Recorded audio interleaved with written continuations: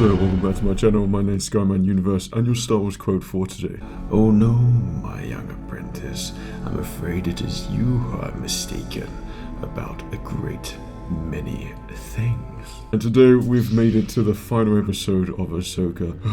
It's the last Star Wars quote for a while, and it's the last reaction for a while until I don't even know when. The fact that we're at the finale already just saddens me deeply. I have this empty void sort of looming, knowing that there's no more Ahsoka or new Star Wars stuff on the horizon. I mean, I know you've got the game of the Yeah, boy. In hindsight, looking back, I think I've become really attached to Ahsoka in a way which I didn't think I actually would. I knew it was going to be a good show, but I didn't think it was going to give me the emotional feel so much. But I think because I'm simultaneously watching this with Star Wars Rebels at the same time, it keeps everything perfectly refreshed all the time. And the moment I'm at the moment, Kanan Jarrus has just died saving everyone. That was last night.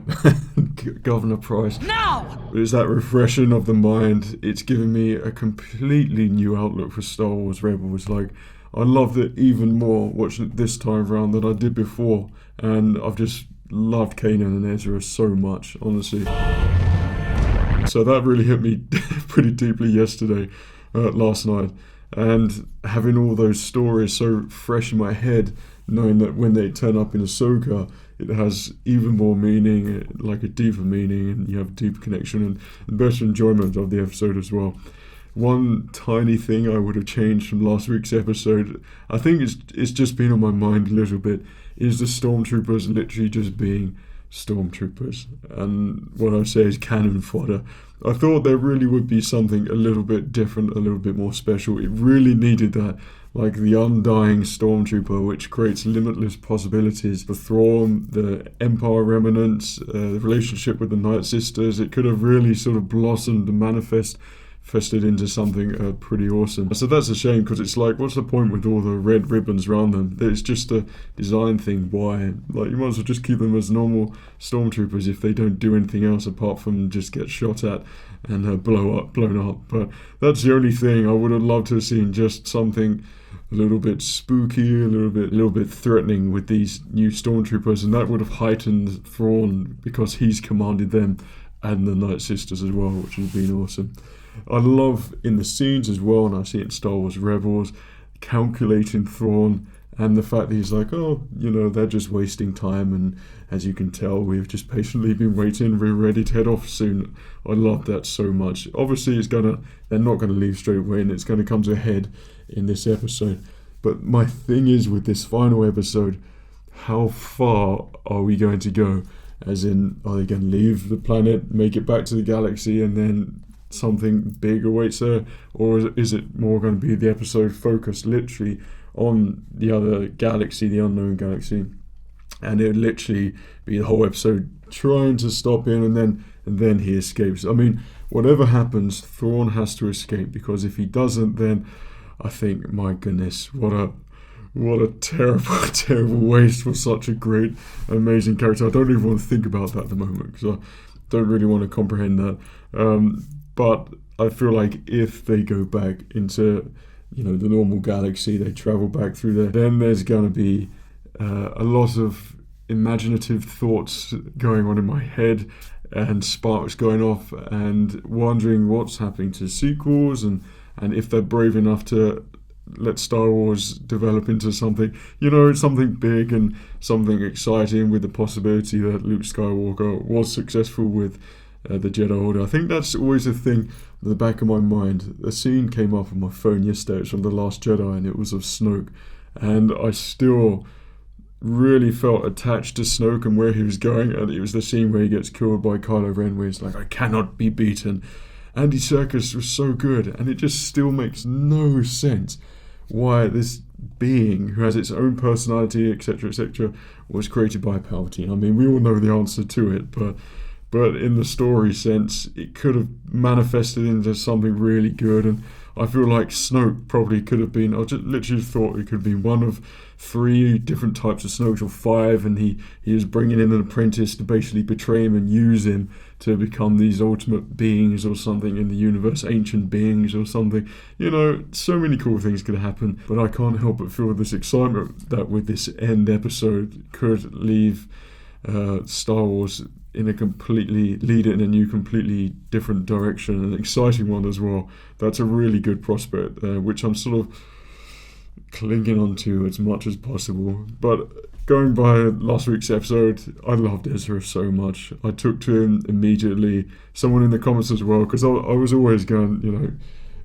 have your lightsaber, take your lightsaber back. And that to me is probably because I've been watching Rebels and I really wanted to see Ezra with his green lightsaber, but someone said he might make his new one. I just didn't even think about that. It didn't even occur to me, purely because he hasn't got all the parts. But then you've got the Yuang, so he can help Ezra construct a new lightsaber with the parts. Surely he's got parts, and Ahsoka had it in a ship, so that's got to happen. I think that was a great call, and once I read that comment, it all just clicked into place. I was like, wow, yes. Going to be 3 Force users versus the Night Sisters, and probably going to be like the Mother Talzin a dark magic sword or something like that when she dueled Mace in the Clone Wars.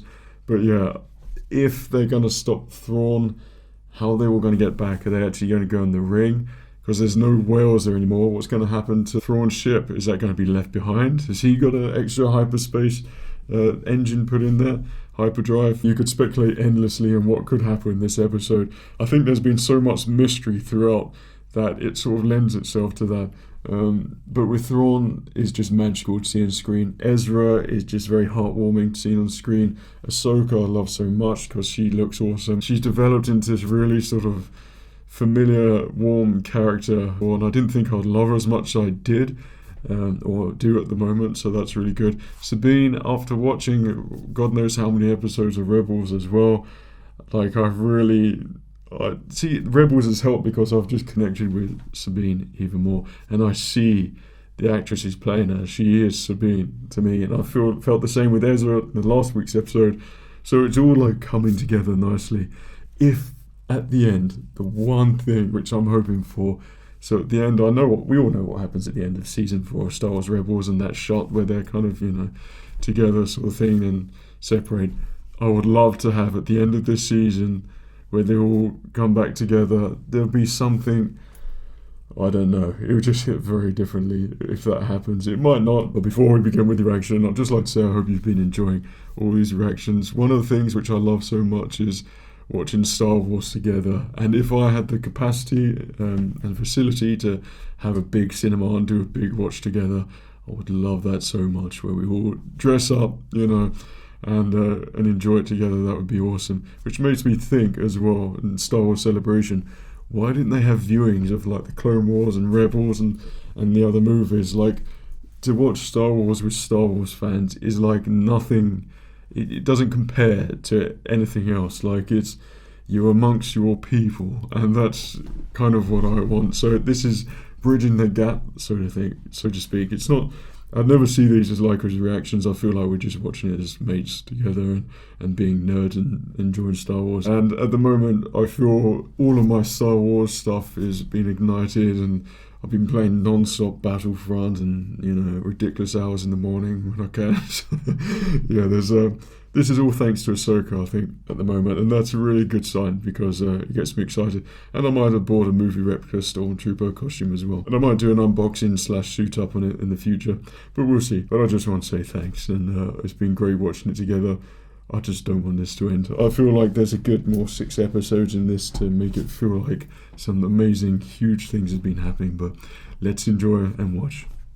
And also one more thing before we begin, it's watching this episode, knowing that Ray Stevenson isn't going to be in the future ones, which I find really sad, and it gives a different perspective on this as well, and how his character is going to, where he's going to move to, and it was a character with so much potential, and whatever happens in here, maybe something bigger was meant to happen.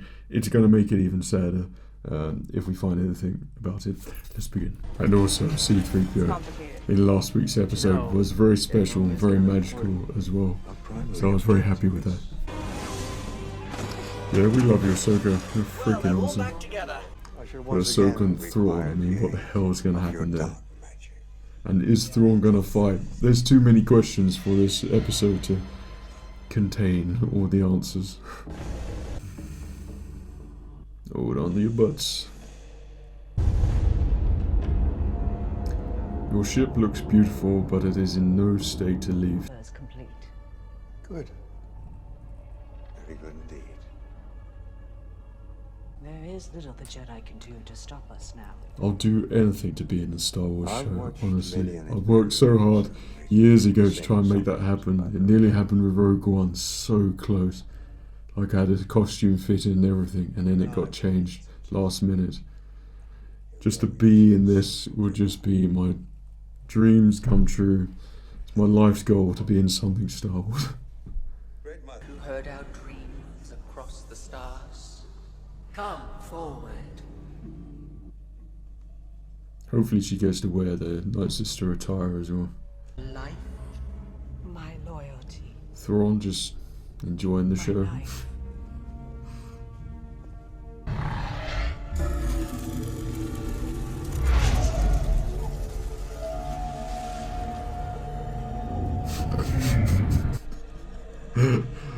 Why that amuses me, I do not know. Here is another stick to fight Ahsoka with. Enjoy. the blade. Oh, it actually is. Take it, sister. Did she say the blade of Mother Talzin? So, it is the sword that she fought Mace Windu with. Well, that's one thing checked off the list. That's pretty awesome. Where have I seen a sword on fire? Jedi Outcast. The sword with the San. No, Tavian had it. Jedi Academy. One of them with the red flame on the sword. I like that. The Jedi, the Witch, and the Warlord. Here for our taking. I don't know why I thought that was an AAT coming over the top. Got them fired. No.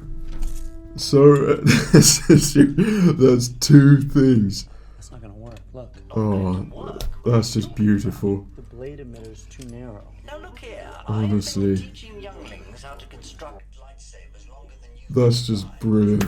I love that so much, and whoever commented that. Ahsoka wants us to go after Thrawn.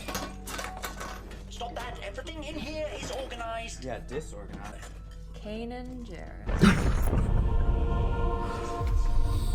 See what I mean? Watching Rebels is... Tell me everything I know. And I taught him how to build a lightsaber. What? Of course. Now it all makes sense. How could you know him? Sabine? Every youngling at the Jedi Temple, including your master. Clever boy Caleb was, very curious. Old enough to know that the relationship between a master and an apprentice is as challenging as it is meaningful. I freaking love this show. I've connected to it That's it. in a way which I did not think I would. I had two of those. The other I held on to in case he ever needed it. It is proper that you should have it. A small part would make me feel emotional. Like, what the hell? Just a tiny lightsaber part. That's so special. Please be blue. Well done. Looks like Hey, Sabine, Ahsoka ever teach you how to... That's just brilliant.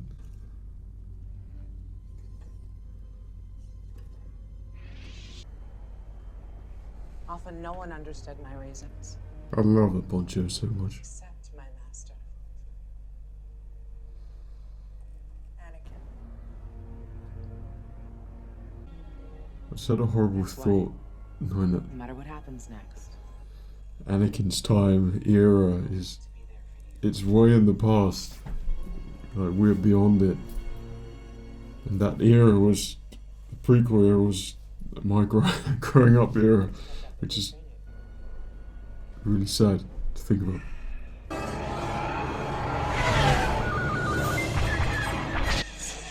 They've red ribbon TIE fighter pilots as well.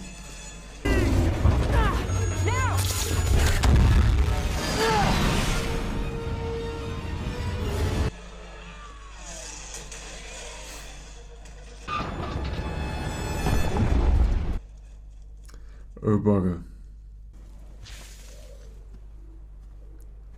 I can't help but think that all of Anakin's messages and everything and all Ahsoka's personal belongings are all on that ship.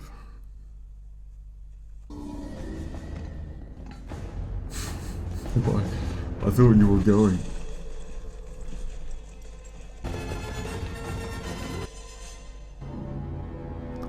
God, you look so good. She looks creepy as hell. So, the possibility that the stormtroopers, that looks freaking awesome. Looks like we're just in time. The stormtroopers might actually be more than stormtroopers has gone up. That looks so cool. It just dwarfs the Imperial Star Destroyer.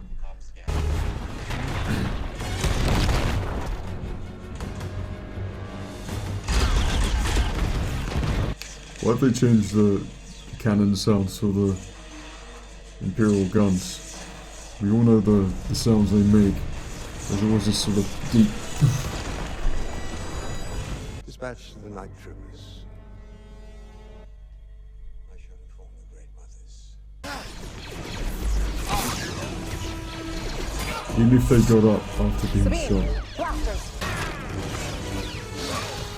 Come on, Nathan.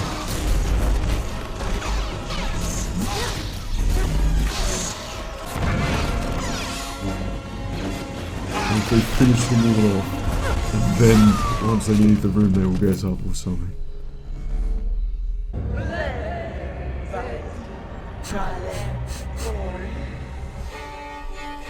Oh, they are. This is what we want.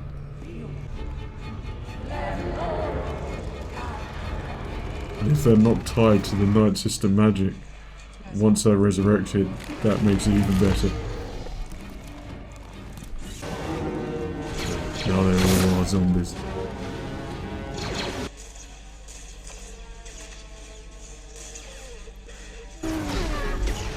For those who always like the Stormtrooper zombies, you got what you wanted.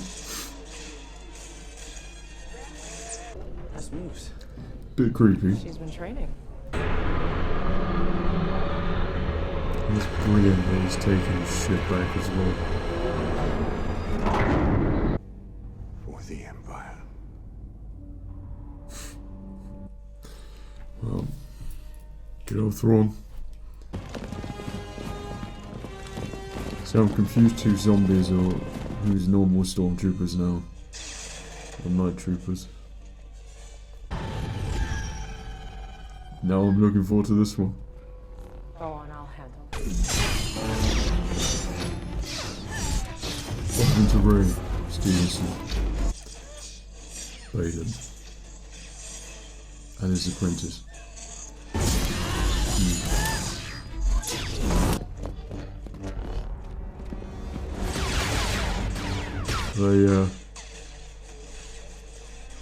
They death troopers.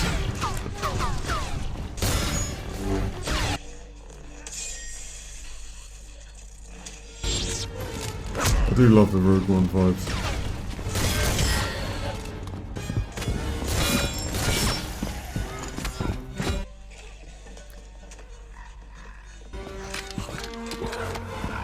That's freaking scary. Never thought that'd be something like that in Star Wars. Force push, Ezra.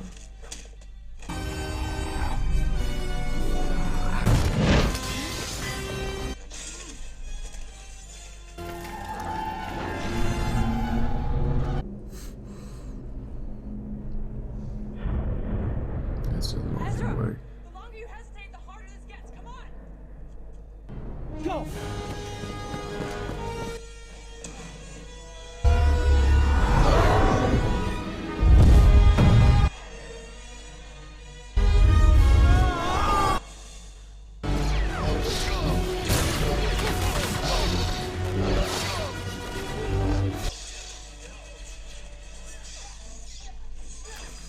Not quite Qui-Gon and Obi-Wan with battle droids and Anakin, but it's acceptable lightsaber fighting.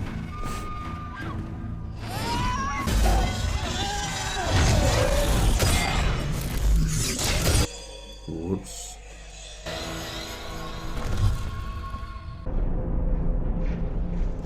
You got a nice TIE fighter there.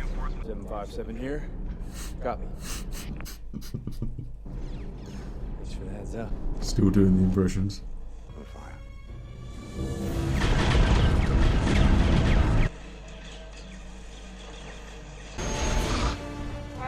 Copy that.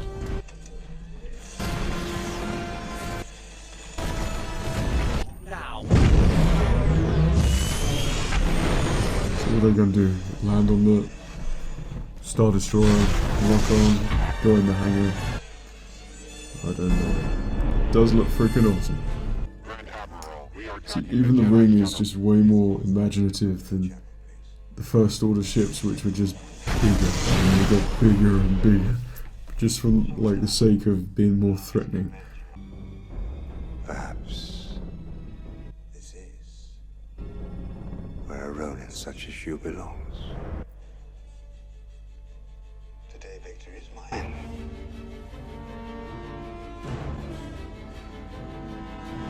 Long live the Empire.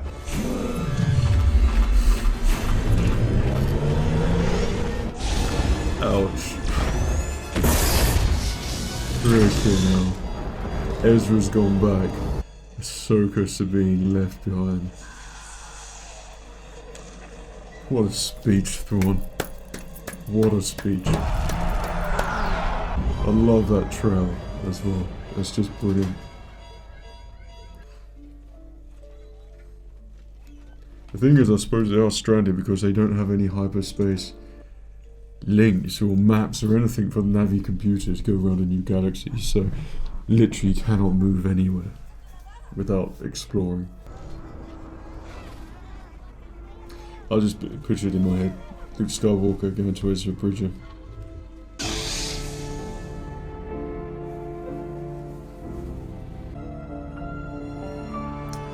Such. Oh my goodness, there's the mortars. Oh man, such untapped potential.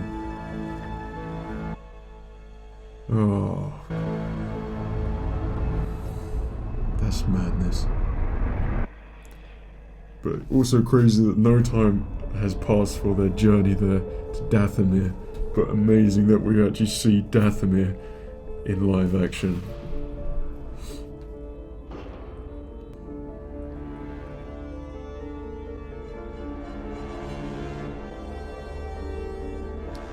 That's rather creepy. Who'd be in that ship?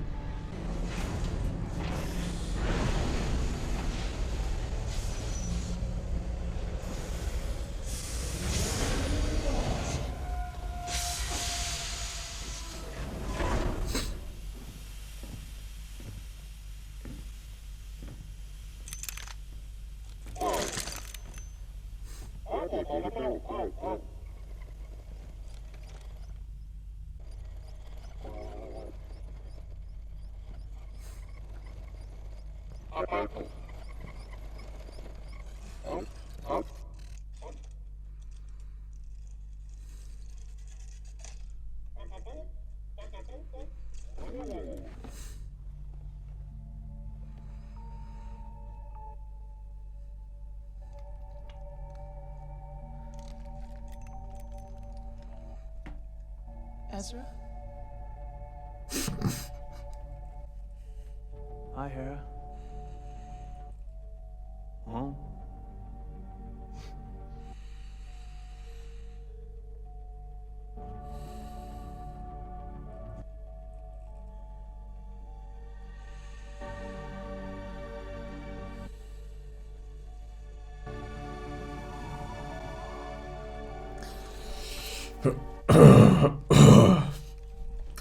Well, that was semi-beautiful. I hope. He did. Maybe not so much you. Unless the Poe will come. Shadows in the starlight.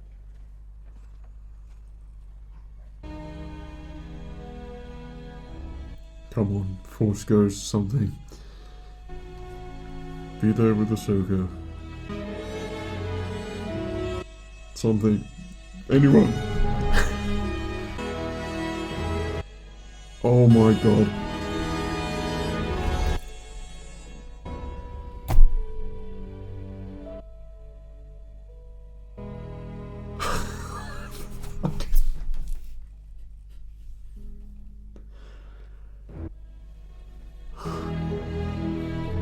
Well done, Rick. Oh.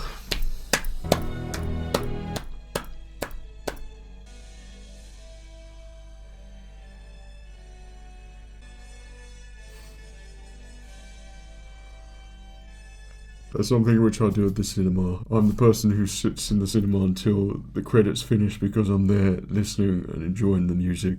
Kevin Kiner has done an amazing job scoring Ahsoka and intertwining the Rebels themes and all the subtle nods there and Ahsoka's themes and the Clone Wars stuff in there a bit dotted around. It's all perfectly gone in there, and it's always felt Star Warsy. And I mean, it's not a massive orchestral spectacular like John Williams, but the show hasn't been like that. It's been really sort of, Kevin Kine always gets that emotional beat across, you know. It just enhances every scene that he adds his music to, and his themes with Ezra I've been just listening to all the time in the background at the moment. And Star Wars Rebels, even with the Morse theme when he's on Malachor, and that theme, just with the violin or cello, whatever it is something I always have a repeat as well. Is it me, or did that ending or episode contain everything, or pretty much everything that I said at the beginning of what I wanted to happen, and then it just kept happening? And then the icing on the cake with Anakin, Force Ghost at the end. It just felt like it, to have that little touch there, it completes it. At first I thought it was Obi-Wan Kenobi. I was like... and if that was Obi and Anakin, I would have lost it. But I think that might have been more in the fan service realm if they had both of them. But it would be really nice, or maybe with Yoda there, the three together would be really special. But the fact you have the father from Mortis there in a massive statue, the fact that Ray Stevenson Bayland was there as well, he has some sort of connection, he senses that power, and the fact that they're going to Mortis, and now it feels like they're exploring the Force. And you know, with George Lucas's treatments for episode 7, 8, 9 was delving into the Force and micro Force or something like that, and I feel like that would have been touched upon, the Mortis people, and now I feel like they're fulfilling it in a Dave Filoni way, which would be just as imaginative and meaningful. And there's just massive implications with the Mortis story and the father there as well, and the fact that Anakin's there as a Force Ghost and tied to the fate really of the father and the Force. This could be a completely far out, really sketchy sort of theory, but there could be some sort of thing that Anakin is would he be resurrected? I don't know. I don't think so actually, but he will take over the father's job, so to speak, and keep the Force perfectly in balance or something like that. I don't know, it might not go down in that route as well, but why be having reference to the father and the Mortis gods, Force users? I mean, there's got to be a reason for it all. And the fact they're on that planet, Ahsoka, she sees the owl thing flying around again, which has followed her and Anakin and Ezra as well. And then to have Anakin present there, what is up with this planet? There is something to do with this planet, which is completely different. I feel like we've been oblivious to something, like we haven't touched upon its importance. It's in the middle of nowhere. No one really goes to it. It's got this massive statue, just like the Gondor ones in the Numenorian ones in Return of the King. It's kind of like the Mortis gods, the father there as well, and to have Balin on there, it just, yeah, it's such a untapped potential which could have been so good to see him and his character progress. And I mean, I think it kind of works if they didn't film anything else as well. I really hope they did, but if they didn't, then it's the fact that the sort of unknown, he's sort of got into the known. No one could have predicted what happened. So I think what his character had, which was potential, and he didn't die off in a stupid way, but he sort of just goes off into wherever and does whatever. I think it's done tribute to his character anyway, but like I said, it's that sort of feeling of untapped potential with his character, and him sensing that power is very exciting for me as well. This episode, I mean, with the zombie stormtroopers, creepy as hell, and the Death Trooper, that was weird. I'm watching this on a small screen anyway at the moment, but when I watch it on the big screen, I know that's going to creep me out anyway. But, I mean, even in the hangar with all of those coffins, I assume they're coffins in there, are they stormtroopers? Are they Night Sisters? Could they be like fallen Force users or something if you go a bit far out there? I mean, whatever that scene was with the Indiana Jones warehouse scene, but the Star Wars version, it was freaking awesome, but very atmospheric and creepy. And you know I love atmosphere in these things, so that was really good. Thrawn is as calculating as, you know, he has been throughout the whole thing, which I love. And the fact that he has that victory speech was perfect. Like, it was so good. Long live the Empire. To know that his allegiance is to the Empire, so therefore it would be to Vader, but mostly to the Emperor. So there's that sort of level of respect there, and he's sort of keeping the Emperor alive. So whether remnants are going to bring some together when he arrives in the galaxy, or whether his new army or whatever is going to, you know, be unstoppable, there's so much potential there. I think it's not one thing that's left on a cliffhanger. It's not like a cliffhanger with an edge, but it's more so the grand scheme of things. It's a massive grand canyon cliffhanger where there's a lot of huge things which can happen if this goes on to a second series. I think it's been set up perfectly to obviously do that. There was one thing, you know, it can't be perfect, like nothing is perfect. For me, I think in terms of pacing for the overall series, it could have been pushed in another direction, but I think that's a little bit faster. But I think they obviously had a plan saying at this point, you know, we'll start here, and then at the end we'll have Thrawn actually going into the, you know, escaping. So that's going to be the first series. And I think if you look at it like that, then yeah, a lot of things, exciting things have happened, and really cool things, and it's answered quite a lot of questions and shown us new things, like with the Republic and Anakin and Ahsoka. So at that point of view, it's sort of developed. There's always that tiny thing where, like the scope, you can tell that it's like an Oculus film set. However, there's just a little bit more when they're in that environment. Green screen allows you to literally go anywhere, do anything, and obviously a lot of the prequels were that. And I think obviously where I've watched the prequels and originals so many times, that like that's for me the blueprint for every single Star Wars thing. So it's always, you harken back to that in your mind, because you know that's pure Star Wars of what George Lucas created. And I think if you look at it from a TV point of view, I mean, this thing visually was beautiful. I think the thing that sticks out for me the most was when Ahsoka, she had her poncho on the first time. Like I said, it's that heavenly thing, and that she's with the Purgle, and she goes through that moment with Anakin. There was something ethereal about that whole episode, and I loved it so much. And those are the moments which I really enjoyed in this episode, and hopefully you had those scenes in there as well. I think there's always going to be that thing where you think, well, you could have added this and done that. But in hindsight, we've got Ezra back. We've seen Anakin. Ahsoka's developed. There's been quite a lot of emphasis on Sabine. You could say, yeah, this is Star Wars, Rebels Season 5. And it is, there's a lot of it there, but progressing, it really does sort of need to head in that direction after Star Wars Rebels Season 4.